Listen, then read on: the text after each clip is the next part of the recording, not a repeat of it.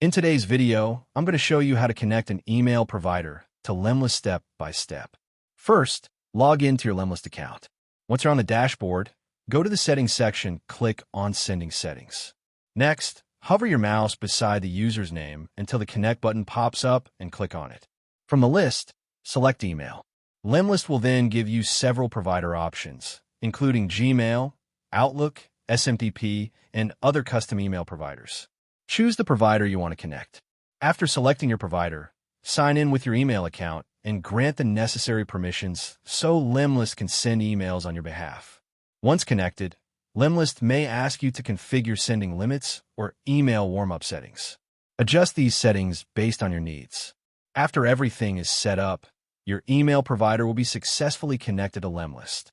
You can now start sending campaigns directly from your connected email account. Thank you for watching this video. Please feel free to use the affiliate link in the description.